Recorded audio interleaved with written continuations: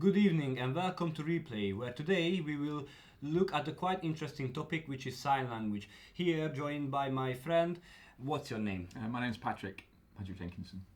And where do you work currently? I work at Preston's College. And what is your current job at the moment? I work as a communication support worker, which means I work with deaf students interpreting in class.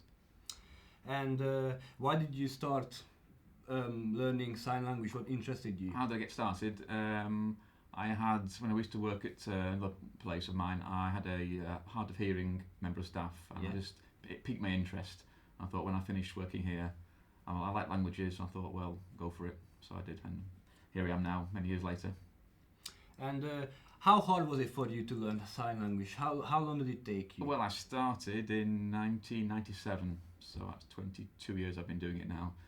But it's just like learning another language. If it's holidays French or Spanish, it's fairly quick and easy. If you want to interpret to a high level, then it takes a lot longer. So, is there anything that inspired you to keep on doing it and not give up? Well, I enjoy my job. I've been here a long time, and I get to learn lots of different things, and I enjoy supporting students. So yeah. And how did it take you to learn everything completely, like fluently? Well, you have to go through various levels. Level 1, level 2, they're fairly straightforward. They're talking about where you live, your family, and then you build up to a more in-depth knowledge of sign language and linguistics and grammar and things like that. And what do you think? What is the hardest sign you have to show? Maybe like. It depends. Sometimes you get quite technical subjects where there's no sign as such. You've got to try and find a way to get that across to the deaf person. I don't know all the words. I'm still learning. You're always learning new words. Words change. Words, evolve. So a few years ago, no such thing as Facebook. Well, now there is Facebook. So you got to learn these new signs And for example, how would you tell Google, for example, the search engine? Google, you can either finger spell it, or I've seen it Google like that as well. So you pick these up as you go along. Right. So there is different ways of showing. Yeah. And what is your job role in here?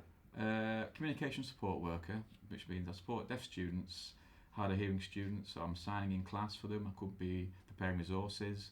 So that means modifying English, because sometimes the deaf person's level of English is not as high as it might be. So I've got to try and modify the English to make it more accessible for them. And do you do anything else other than that? There's lots of work in that for starters. That keeps me quite busy. And how different is the British Sign Language, for example, let's say maybe American, perhaps Hungarian or Russian or anything? Yeah, well, British Sign Language, like English, it's regional, has dialects. So there's a Preston accent, there'll be a Manchester accent, Scottish accents, and we use a two-handed system here in British Sign Language, but America use one-handed, so it's all this kind of thing with alphabet spelling. So it's very different, although there are crossovers between different languages, so I could probably pick up more or less what's being said in a different sign language, different country. And for example, would it be possible if someone's deaf and somehow missing both of their arms, would there be a way of communicating other than writing somehow? Is it just nodding? Or? You'd have to use gesture, and obviously you couldn't use your hands for signing, so that'd be very difficult. But I mean, you have deaf-blind children who have no sight and no hearing. That's a very difficult communication method. I don't know. Yeah, because I don't think they can lip read, can they? Well, not if they can't see, they can't know. No.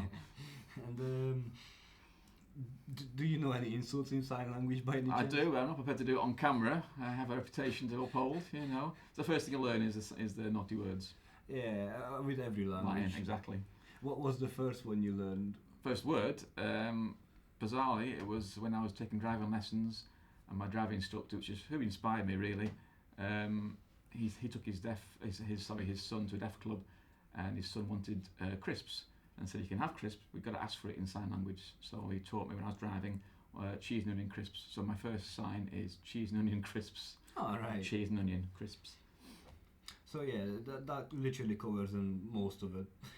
So I don't know, would you have learned, for example, maybe if not sign language, would any other language interest you? Like, maybe... Well, I did go to university many years ago and did French and Spanish, so I kind of have languages in me, if you like. That's my kind of forte, I suppose. I'm not an engineer or a technician, so I like languages and English, and I'm talking with my hands now. I'm always talking with my hands.